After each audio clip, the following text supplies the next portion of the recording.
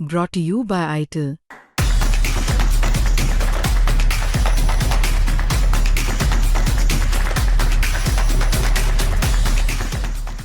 तो आदाब, नमस्कार, गुड इवनिंग, सत श्री अकाल। एक बार फिर आप तमाम लोगों का स्वागत है क्राइम तक की कहानी के इस एपिसोड में। उम्मीद है पूरी फैमिली अच्छी होगी, अपना और अपनों का ख्याल रख रही होगी।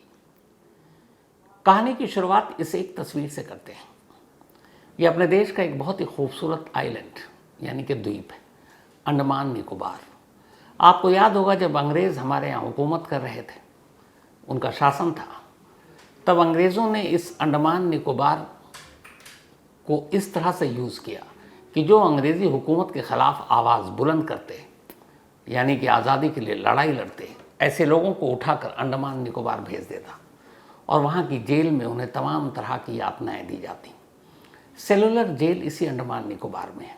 उस वक्त इसे काला पानी भी कहा जाता था। यानी अंग्रेज़ों ने इस जगह को एक जेल के तरह इस्तेमाल किया, दमन के लिए, शोषण के लिए। अब इसी अंडमान निकोबार से हज़ारों मील दूर आपको लेकर चलते हैं और एक दूसरी तस्वीर दिखाते हैं। ये तस्वीर ईरान की है। ईरान में एक जगह है बुशहर। बुशहर बंदरगाह से करीब करीब 55 किलोमीटर दूर और ईरान की सरहदी ज़मीन से सिर्फ 28 किलोमीटर दूर ये एक और आइलैंड है। एक ईरानी राइटर है, एक बार वो इस आइलैंड पर गए और इस आइलैंड को देखकर उन्होंने एक लाइन कही थी। वो लाइन थी, the orphan pearl of Persian gulf. अगर इसे हिंदी में कहें तो द पर्शियन गल्फ मतलब फारस की खाड़ी। फारस आपको पता है, पर्शियन और फारस ये फारसी के लिए इस्तेमाल होता है और एक तरह से ईरान के लिए भी। तो फारस की खाड़ी का अनाथ मोती, ये नाम है उस ईरानी राइटर ने दिया था। The orphan pearl of Persian gulf, फारस की खाड़ी का अनाथ मोती, और ये है वो द्वीप। इस एक द्वीप ने इस वक्त पूरी दुनिया का ध्यान अपनी तरफ खींच रखा है। जानते हैं क्यों? इसकी वजह यह है कि अमेरिका और इजराइल ने 28 फरवरी को जब ईरान पर हमला किया तो ये जंग 3 देशों के बीच थी। लेकिन धीरे धीरे अब पिछले 12-13 दिनों में ये जंग इन 3 देशों के बीच नहीं रही, बल्कि जाने अनजाने पूरी दुनिया इस जंग की चपेट में आ गई। और इसकी वजह यह है कि ये 3 देश तो जंग लड़े, लेकिन इस जंग के नतीजे में हुआ यह है कि पूरी दुनिया में तेल और गैस को लेकर अभी से लोग डरे हुए हैं। झलकियाँ दिखने लगी हैं अपने देश में। अभी जब मैं कहानी सुनाने आया हूँ, थोड़ी देर पहले जस्ट दीपक ने कहा, दीपक के साथ 3 और लड़के रहते हैं, ये लोग एक पीजी में रहते हैं, और उसने कहा कि उसके एक दोस्त का फ़ोन आया कि गैस ख़त्म हो गया, स्टोव पर दाल चढ़ी हुई है। अब वो परेशान, मैंने कहा अच्छा परेशान मत हो, मैं तुम्हारे लिए सिलेंडर का इस्तेमाल करता हूँ, किसी को कहा है वो खैर पहुँचा भी देगा। ऐसा नहीं कि कमी आ गई है, लेकिन लोग पैनिक हो चुके हैं कि कहीं गैस ख़त्म तो चूल्हा जलेगा नहीं, लोग भूखे पेट कैसे रहेंगे। तो ये आपको एक वानगी दिखाई है दीपक की।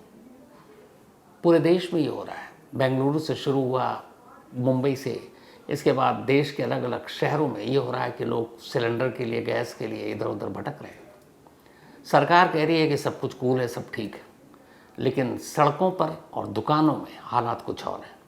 हमारे फिल्म सिटी में ही बाहर जितने, चाहे वो जीतू हों, चाय वाले या बाकी, दाम बढ़ गए क्योंकि उन बेचारों को सिलेंडर नहीं मिल रहा। 4-4 हज़ार रुपये में ब्लैक हो रहा है। शायद पैनिक की वजह से हो सकता है, स्टॉक हो, कमी नहीं हो। लेकिन याद है जब कोरोना आया तो लोग ऑक्सीजन का सिलेंडर घरों में दबा कर बैठ गए थे और जिन्हें ज़रूरत थी उन्हें मिला नहीं और वो बेचारे मर गए।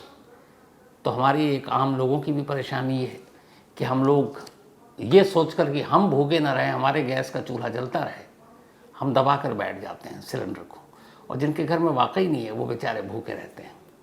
तो खैर ये एक दूसरी तस्वीर थी। तो ये जो अनाथ मोती है एक तरह से ईरान का, इस बंदरगाह की कहानी है। कहते हैं इस एक द्वीप पर अगर इस जंग के दौरान हमला हो गया तो फिर मान लीजिए कि कई देश इस जंग में कूद पड़ेंगे और एक तरह से तीसरे विश्व युद्ध की शायद नौबत आ जाए। ऐसा क्यों है? सिर्फ 8 किलोमीटर लंबा और 5 किलोमीटर चौड़ा ये द्वीप है। इसका नाम है खार्ग द्वीप, खार्ग आइलैंड। हालांकि अलग अलग वक्त में इसके अलग अलग नाम थे, खारिक था, कभी खारिक थी, लेकिन ये खार्ग द्वीप के नाम से जाना जाता है। ईरान की जो सरहदी ज़मीन है वहाँ से सिर्फ 28 किलोमीटर की दूरी पर है। अमेरिका और इजराइल चुन चुन कर ईरान के ठिकानों पर हमले कर रहे हैं। पिछले साल जून में भी इजराइल ने जब हमला किया तो उसके न्यूक्लियर प्लांट, सैन्य ठिकानों सब जगह पर किया। लेकिन आज 13 दिन हो गए, अमेरिका इजराइल ने इस ईरान के अनाथ मोती कहें या खार्ग द्वीप कहें, इस पर एक भी बम नहीं गिराया। ऐसा क्यों? और इस द्वीप की खासियत क्या है? ये द्वीप इतना अहम क्यों है? ये ईरान की लाइफ लाइन क्यों है?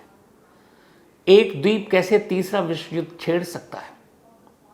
ये पूरी कहानी आपके सामने पेश है। सिर्फ 8 किलोमीटर और लंबा और 5 किलोमीटर चौड़ा है। असल में ये खार्ग द्वीप ईरान की मिल्कियत है। लेकिन इस द्वीप का जो इतिहास है, बहुत पहले पुर्तगाली, फिर डच, इन लोगों ने इस पर हुकूमत की, फिर बाद में कई और आए। फिर जब 20वीं सदी आई तब ईरान के जो शाह थे, शाह रज़ा पहलवी, उन्होंने 1925 से 1945 के दौरान इस आइलैंड का इस्तेमाल, इस द्वीप का इस्तेमाल, चूँकि ईरान से थोड़ी दूरी पर है, अपने विरोधियों को कैद करने के लिए करना शुरू कर दिया। ठीक वैसे ही जैसे मैंने आपको अंडमान निकोबार की बात बताई, जो अंग्रेज़ों ने किया था। काला पानी बनाकर वहाँ पे जेल में लोगों को रखते थे जो अंग्रेज़ों के ख़िलाफ़ थे। तो शाह रज़ा पहलवी ने यही काम ईरान में अपने पॉलिटिकल दुश्मनों को पकड़ पकड़ कर इस द्वीप पर भेजना शुरू किया। हालांकि 1925 से ये काम शुरू हुआ, लेकिन इसी दौरान 1908 में ही ईरान को पहली बार ये पता चला कि उसके पास तेल और गैस का ख़जाना है, भंडार है। ईरान की किस्मत चमक चुकी। लेकिन ये वो दौर था जब उन्हें तेल और गैस की उतनी अहमियत ही पता नहीं थी। टेक्नोलॉजी और बाकी जो मॉडर्न पेट्रोलियम का दौर था वो सब शुरू नहीं हुआ था। तो तब तक इसका इस्तेमाल ऐसे ही होता रहा।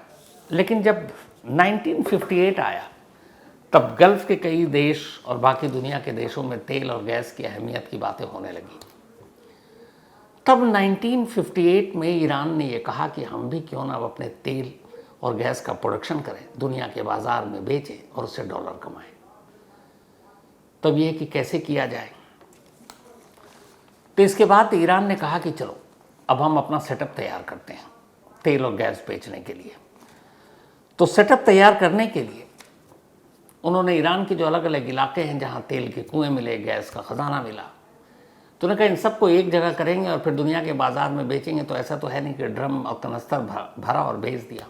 आपको कोई एक टर्मिनल चाहिए एक्सपोर्ट करने के लिए। ईरान की हुकूमत ने तलाश शुरू की कि कहाँ हम एक ऐसा टर्मिनल बनाएं जहाँ से ईरान का एक बड़ा हिस्सा तेल का और गैस का सप्लाई किया जा सके दुनिया के बाज़ारों में। तो उस वक्त बहुत सारे एक्सपर्ट बुलाए गए और कमाल देखिए कि ये बात 1958 और 60 के बीच की है। तब अमेरिका की एक कंपनी भी वहाँ पहुँची। वो अमेरिका जो आज ईरान पर हमले कर रहा है, क्योंकि तब शाह रज़ा पहलवी के ख़ानदान की हुकूमत थी और अमेरिका के साथ उनके ठीक ठाक रिश्ते थे। इजराइल बन चुका, उसके बाद भी इजराइल के साथ भी अच्छे रिश्ते थे। तो अमेरिकी कंपनी वहाँ आई, उन्होंने पूरा सर्वे किया और फिर पाया कि ये जो एक अनाथ मोती है ईरान का, खार्ग आइलैंड, इससे बेहतर जगह कोई तेल टर्मिनल बनाने के लिए है नहीं। ये दुनिया के बाज़ार में यहाँ से तेल बेहतरीन तरीके से भेजा जा सकता है। उसकी वजह क्या थी? उसकी वजह ये थी कि ये आइलैंड बेशक बहुत छोटा, लेकिन इस आइलैंड के चारों तरफ समंदर की गहराई बेइंतहा। किसी भी बंदरगाह में जब बड़े बड़े जहाज़ आकर रुकते हैं तो जहाज़ समंदर में चलते हैं और जितना समंदर गहरा जहाज़ उतनी स्मूथली चलती है। और भारी भरकम जहाज़ जो ख़ास तौर पर मिलियन लीटर तेल लेकर बैरल चल रहे हैं, जहाज़ का वज़न, जहाज़ का साइज़ अपने आप में बहुत ज़्यादा, तो ऐसे में उन्हें गहराई बहुत पसंद है। कई बार ऐसा होता है कि जिस बंदरगाह के करीब गहराई कम होती है वहाँ पर बड़े बड़े जहाज़ दूर रुकते हैं और फिर छोटे जहाज़ों के ज़रिए उनको किनारे तक लाया जाता है। तो जब सर्वे हुआ तो पता चला कि इस खार्ग आइलैंड के चारों तरफ की गहराई इतनी गहरी है कि दुनिया का कितना भी वज़नी जहाज़ आप बना लो, कितने भारी भारी टैंकर ले आओ, आराम से वहाँ पर डॉक होगा, यानी लंगर होगा, वहाँ रुक सकता है। इस एक आइलैंड की खूबसूरती ये थी कि इसके चारों तरफ समंदर की गहराई बेइंतहा। आप कोई भी जहाज़ उठा कर ले आओ दुनिया का बड़े से बड़ा, आराम से वहाँ पे वो पार्क होगा यानी डॉक होगा। तो जब ये खासियत सामने आई तो फिर अमेरिकी कंपनी ने कहा कि आप अपने जो तेल का टर्मिनल है, जहाँ से होकर दुनिया को भेजना है, जहाँ बड़े बड़े जहाज़ आकर रुकेंगे और उससे आप तेल को यहाँ से अनलोड करके उसमें लोड करोगे, आप इस आइलैंड को चुन लो। ईरान ने कहा ठीक। इसके बाद इस खार्ग आइलैंड पर ईरान का सबसे बड़ा एक्सपोर्ट टर्मिनल बना। धीरे धीरे वक्त बीता। इस टर्मिनल से एक वक्त ऐसा आया कि आज ईरान, जो दुनिया का तीसरा सबसे बड़ा देश है तेल उत्पादन के मामले में, 90% तेल ईरान का, 90% इसी खार्ग आइलैंड या खार्ग द्वीप या फिर ईरान के यतीम मोती या अनाथ मोती के रास्ते से होकर दुनिया के बाज़ारों में जाता है। ईरान का 90% तेल इस एक द्वीप से जा रहा है। तो इस द्वीप का मतलब ये हुआ कि ये ईरान की लाइफ लाइन है। अगर इस द्वीप पर कुछ हो गया, इस पर बॉम्ब गिराया गया, इसे तहस नहस कर दिया गया, तो एक साथ कई चीज़ें होंगी। पहली, ईरान की पूरी इकोनॉमी डूब जाएगी, क्योंकि 90% रेवेन्यू, 90% ईरान के तेल जो बाज़ारों में बिकते हैं उसी एक छोटे से आइलैंड से, एक छोटे से द्वीप से होकर दुनिया के बाज़ारों तक पहुंचते हैं। इस आइलैंड का डूबना या तबाह होना यानी ईरान की इकोनॉमी का चरमरा जाना। ईरान कंगाल हो जाएगा, पहला। दूसरा, इस एक बंदरगाह के तबाह होने या इस एक द्वीप के तबाह होने का मतलब ये है कि पूरी दुनिया में तेल को लेकर हाहाकार मच जाएगा, क्योंकि 90% ऑयल ईरान का इसी टर्मिनल से होकर जाता है, इसी द्वीप से। तो जब द्वीप ये जो तबाह हो जाए तो फिर तेल कहाँ से? दुनिया के तमाम देश हैं खरीदार, क्योंकि हर देश तो तेल पैदा करता नहीं है या वहाँ होता नहीं है। तो फिर दुनिया भर में तेल की मारामारी। तीसरा, इस द्वीप से जो सबसे बड़ा, जो ज़्यादा तेल जाता है और जो सबसे बड़ा खरीदार है इस तेल का, वो कोई और नहीं है, अमेरिका को आंखें दिखाने वाला हमेशा चीन है। अब अगर चीन को तेल नहीं मिला तो चीन को भी गुस्सा आएगा, तो फिर ऐसी सूरत में चीन ईरान के साथ खड़ा होगा।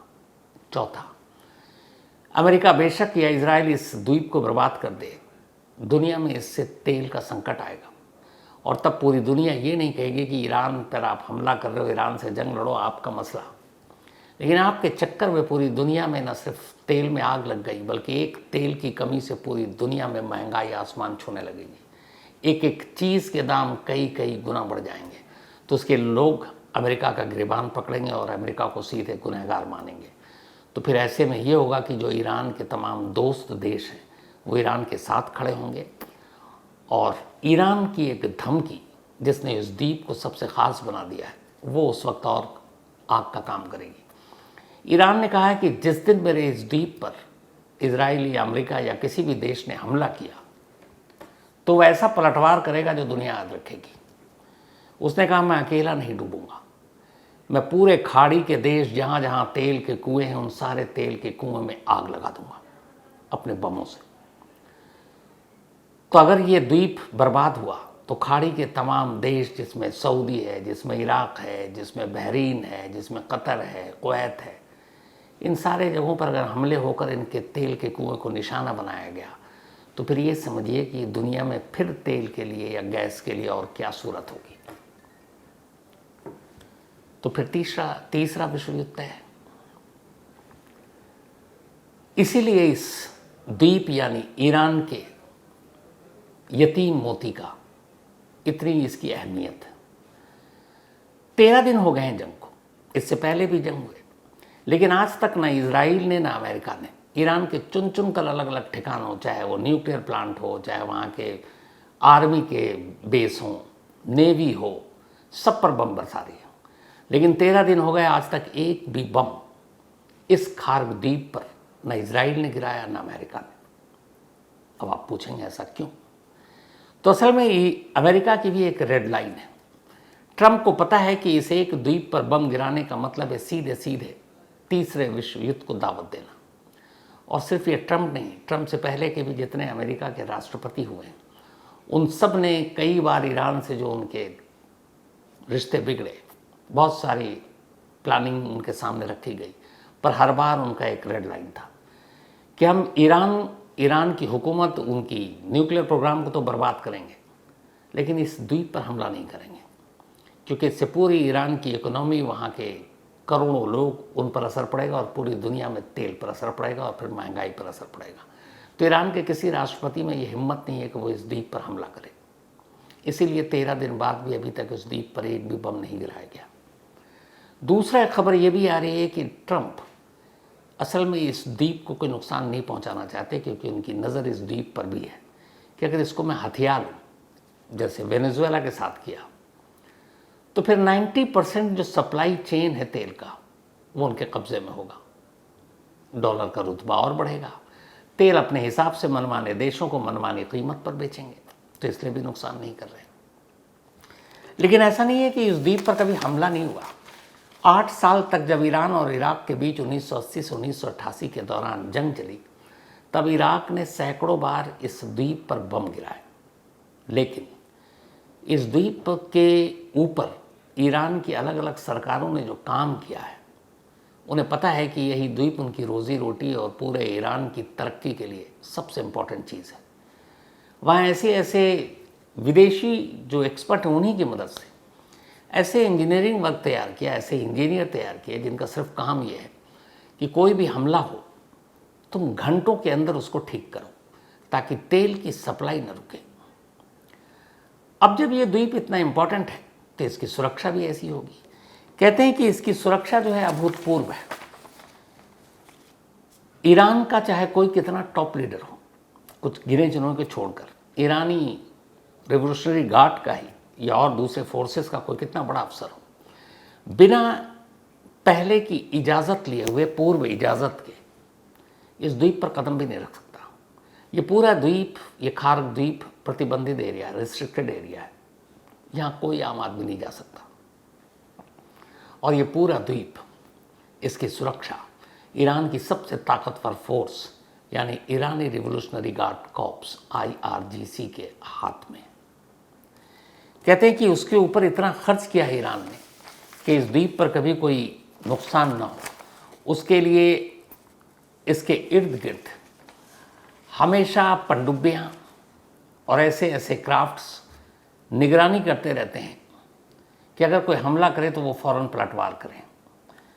एरियल सिक्योरिटी के लिए भी ऐसे इंतज़ाम है कि अगर कोई रॉकेट या लॉन्चर इस तरह से गिराए तो उसका पलटवार कर सकें, क्योंकि ये ईरान की ज़िंदगी है। ये एक द्वीप छोटा सा उनकी लाइफ लाइन है, तो वहाँ पर उन्होंने पूरे सुरक्षा के एकदम ज़बरदस्त इंतज़ाम कर रखे हैं। और तीसरा, इस द्वीप पर हमला करने की वजह से मालूम है कि इसका असर क्या होगा, तो बाकी दुनिया हमला कर नहीं सकती। अब इस द्वीप पे हमेशा इतना बड़ा है कि 50 million barrel oil per day यहाँ से बड़े बड़े जहाज़ों पर लोड किया जाता है per day. 2 crore billion dollar से ज़्यादा इसकी क्षमता है कि यहाँ पे तेल को स्टॉक करके रख सकते हैं। और अभी भी कहते हैं कि इसमें करीब 1.8 बिलियन का रिजर्व रखा हुआ इन्होंने। जितने भी ईरान के बड़े बड़े शहर हैं जहाँ पर तेल के कुएं, बाकी चीज़ें हैं, वहाँ से इन्होंने पाइपलाइन इस आइलैंड यानी इस खार्क द्वीप तक बिछा कर रखी है, समंदर के नीचे भी पाइपलाइन, और वहाँ से तेल इस आइलैंड तक पहुँचता है और फिर इस आइलैंड पर बड़े बड़े जहाज़, बड़े बड़े टैंकर आकर डॉक करते हैं और उनसे यह दुनिया के बाज़ारों में पहुँचता है। अब सवाल ये है कि एक हॉर्मुज़ द स्ट्रेट संकरा सा रास्ता है, सिर्फ उसको ईरान ने बंद किया, हमारे भारत तक में उसका असर दिख रहा है। गैस के लिए लोग मारा मारी, इधर उधर परेशान हैं, अफवाहें अलग फैली हुई हैं, दुकानें, रेस्टोरेंट बंद हो गए हैं कई शहरों में, एक हॉर्मुज़ की वजह से, जिससे सिर्फ पूरी दुनिया के तेल का 20 से 25% सप्लाई है, गैस और तेल का। उस रास्ते को ईरान ने बंद कर रखा है। हालांकि एक आज अच्छी खबर ये आई है भारत सरकार की तरफ से कि हमारे विदेश मंत्री जयशंकर जी ने ईरान के विदेश मंत्री से बात की है, और दोनों विदेश मंत्री के बीच जो गवर्नमेंट की तरफ से खबर है वो ये कि ईरान ये मानने को तैयार हो गई है कि ठीक है, हम इस हॉर्मुज के रास्ते से भारत जाने वाले तेल के जहाज़ को नहीं रोकेंगे। अगर ये खबर है तो ये हमारे लिए अच्छी खबर है कि अगर ये तेल को हॉर्मुज से नहीं रोकते तो शायद ये अफरा तफरी, ये अफवाहें सब बंद हो जाएं। लेकिन एक हॉर्मुज की वजह से पूरी दुनिया में तेल में आग लग गई है, दाम बढ़ गए हैं, चीज़ों के दाम बढ़ गए हैं। तो अब सोचिए कि वो हॉर्मुज तो चलो ईरान के लिए कीमती रास्ता है, पर ये यतीम मोती ये तो अनमोल है, क्योंकि 90% ईरान का तेल यहीं से जाता है। तो इसको कुछ हो गया तो फिर क्या होगा? ईरान अपने इस अनमोल द्वीप को बचाने के लिए कुछ भी करेगा, और ईरान ऐसा पलटवार करेगा जो उनकी सरकारें कह रही हैं कि अगर इस द्वीप पर हमला हुआ कि फिर वही बात होगी कि हम तो डूब जाएंगे, हम तो मारे जाएंगे। लेकिन ऐसा कर जाएंगे कि फिर पूरी दुनिया तेल और गैस के लिए तरसेगी। तो ऊपर वाला ना करे कि ऐसी कोई नौबत आए, जंग ख़त्म हो। और अभी तक, और या इससे पहले कभी अमेरिका ने ऐसी कोशिश तो की नहीं है। तो ये एक छोटा सा द्वीप कहीं तीसरे विश्व युद्ध की वजह न बन जाए, यही दुआ है। और बस किसी तरह से ये जो दौर है अभी, जो परेशानी लोगों को हो रही है, बिना जंग लड़े हुए इन 3 देशों के, दुनिया के तमाम देश इससे एक तरह से अछूते तो अब रहे नहीं हम सब। तो ये ख़त्म हो, शांति हो, यही दुआ है। तो इसी दुआ के साथ कहानी में आज इतना ही, लेकिन कहानी का सिलसिला ख़त्म करूँ उससे पहले वही अपना पुराना सिलसिला शुरू करते हैं। आज आप सबके चहेते प्यारे, जिन्हें आप डेली सुनते हैं, सुप्रतिम बैनर्जी, हमारे बहुत ही पुराने साथी, उनका जन्मदिन है। तो हैप्पी बर्थडे सुप्रतिम। ऊपर वाले से हमेशा यही दुआ है कि तुम हमेशा अच्छे रहो, खुश रहो, यूं ही फलो फूलो, तुम्हारी मुस्कुराहट यूं ही हम सबको देखने को मिले। और ख़ास तौर पर जेसी और निंटू, आप दोनों को भी बहुत बहुत कांग्रेट्स, बधाई, क्योंकि आज ख़ास दिन है, बेहद ख़ास है, बैनर्जी का बर्थडे। बैनर्जी ने चूँकि आज छुट्टी ली, तो कल बैनर्जी दफ्तर आएंगे, तो कल बैनर्जी का केक कटिंग सेरेमनी भी होगा। लेकिन मुझे और बैनर्जी को भी 20 साल से ज़्यादा तो साथ हो गए। एक नहायत ही अच्छा इंसान, एक टैलेंटेड, एक पढ़ा लिखा और अच्छा सोचने वाला, एक स्पोर्ट्समैन, बैडमिंटन अच्छा खेलता है। अभी क्रिकेट टूर्नामेंट है हमारा अपने ऑफिस के ही अंदर, उसमें भी बैनर्जी शामिल होंगे, हमारे मेन प्लेयर। तो बस बैनर्जी यही दुआ है, तुम जियो हज़ारों साल और साल के दिन हो 50,000। तो हैप्पी बर्थडे वंस अगेन, खुश रहो, अच्छे रहो, ऊपर वाला लंबी उम्र दे, अच्छी सेहत दे। And thank you so much झेलने के लिए भी मुझे। इसके साथ ही हमारे एक वीडियो एडिटर हैं जिन्होंने भी हाल में ही ज्वाइन किया हम लोगों को, बहुत ही शरीफ सीधा लड़का, प्रवीण की कल शादी थी। इत्तेफाक से शादी जो है दिल्ली से दूर, तो हमारी टीम तो जा नहीं पाई, लेकिन अब दिल्ली में भी एक फंक्शन है, पूरी टीम वहाँ होगी।